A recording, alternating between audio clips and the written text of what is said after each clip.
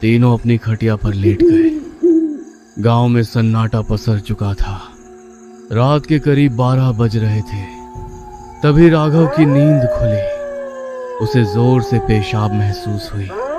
वह उठकर थोड़ा दूर अंधेरे की तरफ गया।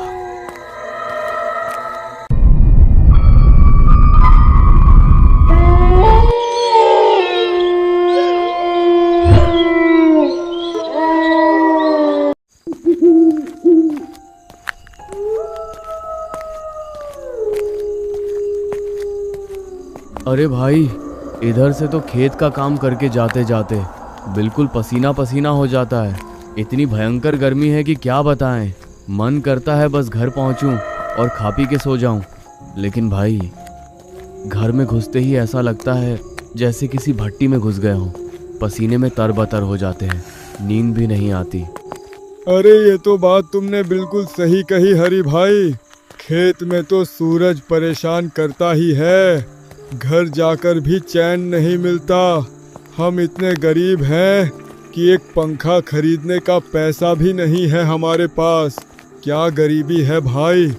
अरे भाई, क्यों ना हम आज घर के अंदर न सोकर घर के बाहर सोएं। बाहर तो कम से कम ठंडी हवा चलती है, न पसीना होगा न घुटन। आराम से खटिया बिछाएंगे और मज़े की नींद लेंगे। क्या कहते हो? लेकिन भाई, गांव के बड़े बुजुर्ग तो यही कहते हैं कि रात को बाहर सोना खतरे से खाली नहीं। पर तुम दोनों इतना कह रहे हो तो ठीक है, आज रात बाहर ही सोएंगे। पर सच में डर तो लगता है भाई। राघव, तू डर मत भाई। हम तीनों साथ रहेंगे तो चुड़ैल का बाप भी कुछ नहीं कर पाएगा। आएगी तो उसे डंडे से भगा देंगे। आज रात बाहर ही सोना पक्का रहा। वे बातें करते हुए जंगल के संकरे रास्ते पर आगे बढ़ रहे थे। अचानक उनके पीछे से एक काली छाया बहुत तेज गति से गुजरी। फिर अचानक उनके आगे से कुछ दूर पर वही छाया फिर से गुजरी। अरे, ये क्या था? देखा तुमने? कोई हमारे पीछे भागा अभी? अरे कुछ नहीं होगा, कोई जंगली बिल्ली या कुत्ता होगा। चल जल्दी चल, घर पास ही है। वे तेज कदमों से चलते हुए गांव पहुंच गए।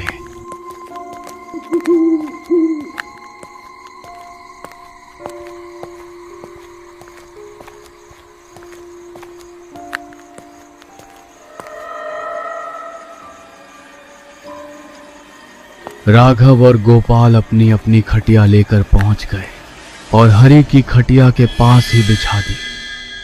अरे भाई, इस समय तो बाहर भी हवा कम ही है, लेकिन घर से तो अच्छा ही है। घर में तो सांस लेना मुश्किल था। हाँ भाई, बाहर कम से कम आसमान तो दिख रहा है। ठंडी हवा चलेगी तो सुकून से सोएंगे। पर भाई, अगर सच में कोई जानवर आ गया तो? अरे भाई, ये गांव है, कोई गहरा जंगल नहीं कि शेर आ जाएगा। तुम लोग बस डरावनी बातें सोचते हो। आराम से सो जाओ। सुकून तो है हरी भाई, पर गांव वाले जो कहते हैं कि कोई चुड़ैल भटकती है, कहीं वो हमारी चारपाई के नीचे आकर न लेट जाए, मुझे तो सोचकर ही डर लग रहा है। अरे भाई राघव, चुड़ैल सब अफवाह है। चुपचाप सो जाओ, कुछ नहीं होगा। तीनों अपनी खटिया पर लेट गए। गांव में सन्नाटा पसर चुका था। रात के करीब 12 बज रहे थे। तभी राघव की नींद खुली। उसे जोर से पेशाब महसूस हुई। वह उठकर थोड़ा दूर अंधेरे की तरफ गया। जब वो पेशाब कर ही रहा था, तभी उसके पीछे से कोई साया बिजली की तेजी से भागा। कौन है मेरे पीछे? हरी भाई, तुम हो क्या? उसने पीछे मुड़कर देखा। उसके सामने एक भयानक डरावनी चुड़ैल खड़ी थी। तू कौन है? यहाँ क्या कर रही है? भाग जा यहाँ से। राघव, तुझे बाहर सोने का बहुत शौक है ना? घर में गर्मी लगती है तो सो जा। कल भी बाहर ही सोना। बाहर सोने में तुम्हें बहुत मजा आएगा। वो वहां से अपनी जान बचाकर बेतहाशा भागा। वो इतना डर गया था कि उसने गोपाल और हरि को जगाया भी नहीं। हरि के घर के अंदर घुस गया वह खिड़की से बाहर झांकने लगा। तभी उसने देखा कि वह चुड़ैल राघव की खाली खटिया पर, जो कि बीच में थी, आराम से लेट गई। अरे, मैं तो भाग आया, लेकिन ये चुड़ैल तो मेरी खटिया पर ही लेट गई। हरि और गोपाल, जो अगल बगल की खटिया पर सो रहे थे, उन्हें जरा भी इल्म नहीं था कि मौत उनके ठीक बीच में आकर लेट गई है अचानक, और राघव की ही आवाज में बोलने लगी। अरे हरि, ओ हरि भाई, गोपाल, जल्दी उठो यार, देखो इधर कोई आया है, उठो जल्दी। अरे यार राघव, सोने देना भाई, अभी तो आंख लगी थी, तू रात भर सोने नहीं देगा क्या? तुझे बोला था ना कि ये सब वहम है, चुपचाप सो जा भाई। अरे भाई, मैं सच बोल रहा हूँ, एक बार आंख खोल कर तो देखो, मैं कहाँ हूँ और मेरे साथ कौन है, उठो जल्दी। गोपाल ने झल्लाकर अपनी आंखें खोली। उसने सोचा कि वह राघव को डांटेगा, लेकिन जैसे ही उसकी नजर बीच वाली खटिया पर पड़ी, उसकी चीख गले में ही फंस गई। हाँ, हरी भाई, उठो, जल्दी देखो, बीच में कौन है? हरि की नजर जैसे ही उस डरावनी आकृति पर पड़ी, उसके रोंगटे खड़े हो गए। हरि और गोपाल ने एक दूसरे की तरफ देखा और बिना एक पल गंवाए खटिया से कूदे और सीधे हरि के घर के दरवाजे की तरफ भागे। राघव, तू अंदर कब आया और हमें बताया क्यों नहीं? हम तो मर जाते बाहर। भाई, मैं क्या बताऊं, मैं जब पेशाब करने गया तो उसने मुझे पकड़ लिया था। मैं इतना डर गया था कि मेरी सिट्टी पिट्टी गुम हो गई। मैं जान बचाकर भागा और तुम दोनों को आवाज देने की हिम्मत ही नहीं हुई। मुझे माफ कर दो भाइयों, पर मैं सच में बहुत डर गया था।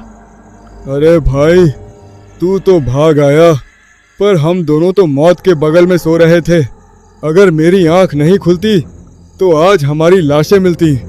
अब जो हुआ सो हुआ, कम से कम हम तीनों सलामत तो हैं। लेकिन अब क्या करेंगे, ये रात कैसे कटेगी? और सबसे बड़ी बात, अब हम कभी बाहर नहीं सो पाएंगे। बाहर कभी पायल की आवाज आती तो कभी किसी के रोने की।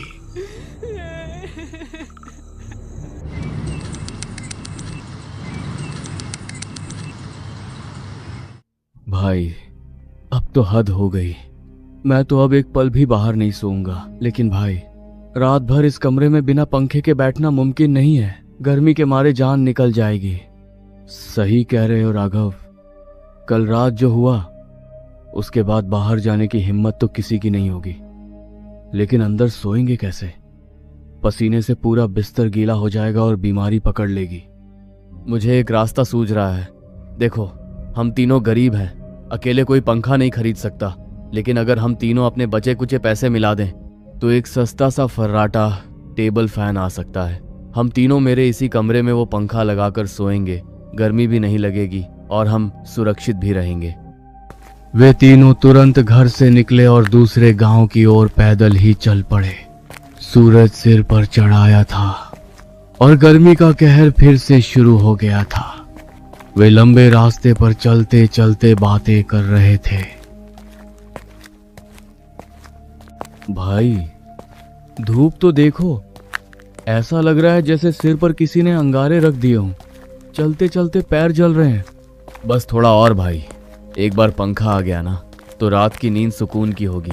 सोचो, ठंडी हवा आएगी और हम मजे से सोएंगे, न चुड़ैल का डर, न गर्मी की चिंता। वे तीनों तपती सड़क पर चलते रहे।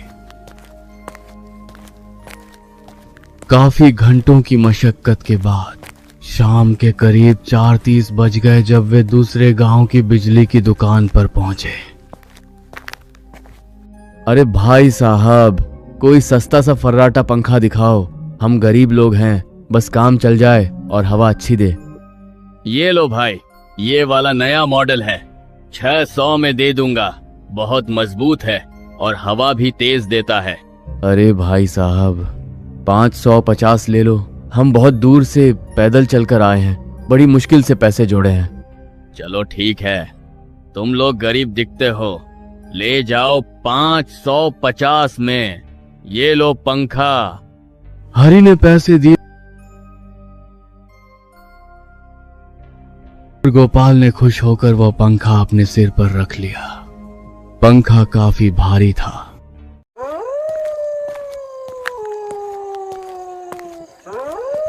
अब सूरज ढलने लगा था और आसमान में लाली छा गई थी। उन्हें पता था कि अब उन्हें उसी डरावने जंगल से वापस गुजरना है। चलो भाई जल्दी निकलो, अंधेरा होने से पहले जंगल पार करना है। आज फिर से उस रास्ते पर डर लग रहा है।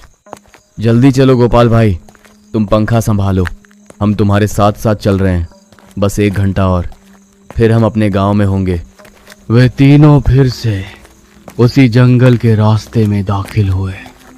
इस बार सन्नाटा कल से भी ज्यादा गहरा महसूस हो रहा था। गोपाल पंखा सिर पर रखे सबसे पीछे चल रहा था। अचानक उसे महसूस हुआ कि पंखे का वजन धीरे धीरे बढ़ रहा है। अरे भाई, ये पंखा अचानक भारी क्यों होने लगा? ऐसा लग रहा है जैसे कोई ऊपर से इसे दबा रहा हो। अरे भाई थक गए होगे तुम, इसलिए वजन ज्यादा लग रहा है। लाओ मुझे दे दो थोड़ी देर। नहीं भाई, मैं ले चलूंगा, पर सच में अभी तो हल्का था। गोपाल को पता नहीं था कि उसके सिर पर रखे पंखे के ऊपर एक काला धुंधला साया आकर बैठ गया है। अरे भाई रुको, 1 मिनट रुक जाओ, मेरा दम निकला जा रहा है। ये पंखा अचानक इतना भारी कैसे हो गया? अरे गोपाल भाई, तुम थक गए होगे, सुबह से पैदल चल रहे हैं। भूख और प्यास से शरीर टूट गया है, इसलिए वजन ज्यादा लग रहा है। लेकिन भाई, भारी तो ऐसे लग रहा है कि जैसे कोई मेरे ऊपर और आकर बैठ गया हो। गर्दन अकड़ गई है मेरी। जैसे ही पीछे मुड़कर गोपाल की तरफ देखा, उसकी रूह कांप गई। गोपाल सबसे पीछे चल रहा था और उसके सिर पर रखे पंखे के ठीक ऊपर एक काला, धुंधला और डरावना साया बैठा हुआ था। गोपाल को इसका जरा भी अंदाजा नहीं था कि उसके ऊपर मौत सवार है। अरे भाई, गोपाल भाई, ये तुम पंखे के ऊपर किसको बैठा कर ला रहे हो भाई? भागो, उसे नीचे फेंको। क्या? किसको बैठा कर ला रहा हूँ? राघव भाई, तुम क्या बोल रहे हो? मैं तो बस पंखा लेकर आ रहा हूँ। क्या तुम्हें कोई दिख रहा है? हाँ भाई, ऊपर एक काला साया बैठा है तुम्हारे। तुम जो पंखा पकड़े हो, उसके ठीक ऊपर एक औरत जैसा साया बैठा हुआ है। वो तुम्हें घूर रही है। क्या? साया बैठा है? ऐसा नहीं हो सकता भाई, कहाँ से साया आ जाएगा? तुम मुझे डराओ मत राघव, पहले ही बहुत डर लग रहा है। गोपाल ने जैसे ही पंखा जोर से हिलाया, वह साया अचानक गायब हो गया। राघव ने अपनी आंखें मली और फिर से देखा तो अब वहां कोई नहीं था। उसे लगा शायद उसकी आंखों का धोखा है, लेकिन जैसे ही वे तीनों फिर से आगे बढ़ने लगे, वही साया अब उनके ठीक सामने रास्ते के बीचों बीच खड़ा था। वह वही चुड़ैल थी जिसकी आंखें अंधेरे में लाल बल्ब की तरह चमक रही थी। तुम तीनों इतनी रात में कहाँ जा रहे हो? अभी गर्मी का मौसम चल रहा है ना, बहुत पसीना आ रहा है तुम सबको। लो, ये पंखा मुझे दे दो, मुझे भी बहुत गर्मी लगती है। तू फिर आ गई, हमें जाने दे। हमने तेरा क्या बिगाड़ा है? हम बस अपने घर जाना चाहते हैं। घर तो तुम तब जाओगे जब मैं चाहूंगी। मुझे ये पंखा बहुत पसंद आया है, इसे यहाँ जंगल में लगाओ, मैं यहाँ ठंडी हवा खाऊंगी। तुम तीनों यहीं रुक जाओ मेरे साथ। चुड़ैल की हंसी सुनकर तीनों के हाथ पांव फूल गए। वह उन्हें जंगल के अंदर ही गोल गोल घुमाने लगी। वे एक ही रास्ते पर बार बार आ रहे थे। ऐसा लग रहा था जैसे जंगल का रास्ता खत्म ही नहीं हो रहा। भाई, ये क्या हो रहा है? हम भटक गए हैं हरी भाई, ये चुड़ैल हमें कहीं जाने नहीं देगी। भाई, मेरा पैर भारी होता जा रहा है। मुझे ऐसा लग रहा है जैसे जमीन मुझे खींच रही है। मैं और तेज नहीं भाग सकता। वे भागते भागते एक ऐसी जगह पहुंचे जहां झाड़ियां बहुत घनी थीं। अरे भाई, मेरा पैर फंस गया। हरी भाई, राघव भाई, रुको, मेरा पैर हिल नहीं रहा है। हरि और राघव डर के मारे इतने अंधे हो चुके थे कि उन्हें एहसास ही नहीं हुआ कि गोपाल पीछे छूट गया है। वह अपने दोस्तों को पुकारता रहा। अरे भाई, बचाओ मुझे। हरी भाई, राघव भाई, मुझे अकेला मत छोड़ो। लेकिन हरि और राघव बहुत दूर जा चुके थे। वो अकेला उस डरावनी चुड़ैल के सामने खड़ा था। उसकी लाल आंखें गोपाल को ऐसे घूर रही थी जैसे कोई शिकारी अपने शिकार को देखता है। अब ये पंखा मेरा है और तू भी मेरा है। तुझे बहुत गर्मी लगती थी ना, ले, अब तुझे कभी गर्मी नहीं लगेगी। और गोपाल की गर्दन को अपने ठंडे हाथों से दबोच लिया। गोपाल की आवाज उसके गले में ही घुटकर रह गई। दूसरी तरफ हरि और राघव भागते भागते गांव की सीमा में घुस चुके थे। वे सीधे हरि के घर के अंदर घुसे। राघव, जल्दी दरवाजा ठीक से बंद कर, वो साया पीछे ही होगा। लेकिन हरि भाई, गोपाल कहाँ रह गया? वो तो हमारे पीछे ही था ना। क्या गोपाल पीछे नहीं है? अरे, हम तो तीनों एक साथ दौड़ रहे थे, मुझे लगा वो तुम्हारे पीछे आ रहा है। अरे हरि भाई, गोपाल के पंखे के ऊपर जो साया था, लगता है उसी ने उसे पकड़ लिया। हम तो भाग आए, हमें पता ही नहीं चला कि वो पीछे रह गया। हे भगवान, ये क्या हो गया? हमने पीछे मुड़कर एक बार भी नहीं देखा। राघव, गोपाल की जान खतरे में है, हमें वापस जाना चाहिए। पागल हो गए हो क्या हरि भाई? इस अंधेरी रात में उस जंगल में वापस जाना मतलब मौत के मुंह में कूदना है। तुमने देखा नहीं वो चुड़ैल कितनी भयानक थी। अब हम कुछ नहीं कर सकते, सुबह होने का इंतजार करना ही होगा। हाँ भाई, बात तो सही है, पर मेरा मन कचोट रहा है। बेचारा गोपाल हमारी वजह से पंखा लेने गया था, अब उसकी जान चली गई तो हम खुद को कभी माफ नहीं कर पाएंगे। दोनों दोस्त रात भर जागते रहे।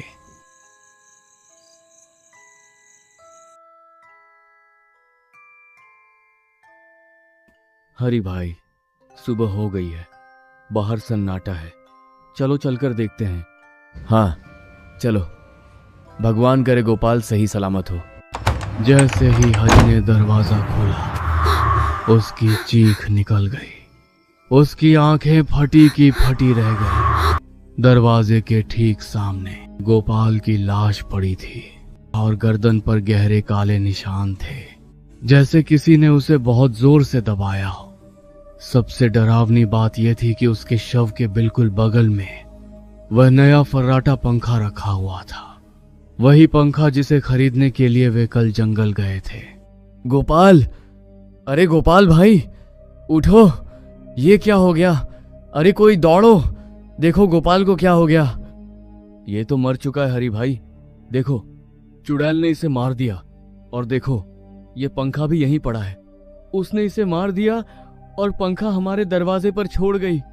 ये हमारी गलती है राघव, अगर हम रात को पंखा लेने नहीं जाते या फिर पीछे मुड़कर देख लेते तो आज हमारा दोस्त जिंदा होता। हमने पंखा तो पा लिया पर अपने भाई को खो दिया। कहानी का अंत यहीं होता है। वे दोनों अब हमेशा के लिए डर के साए में जीने लगे।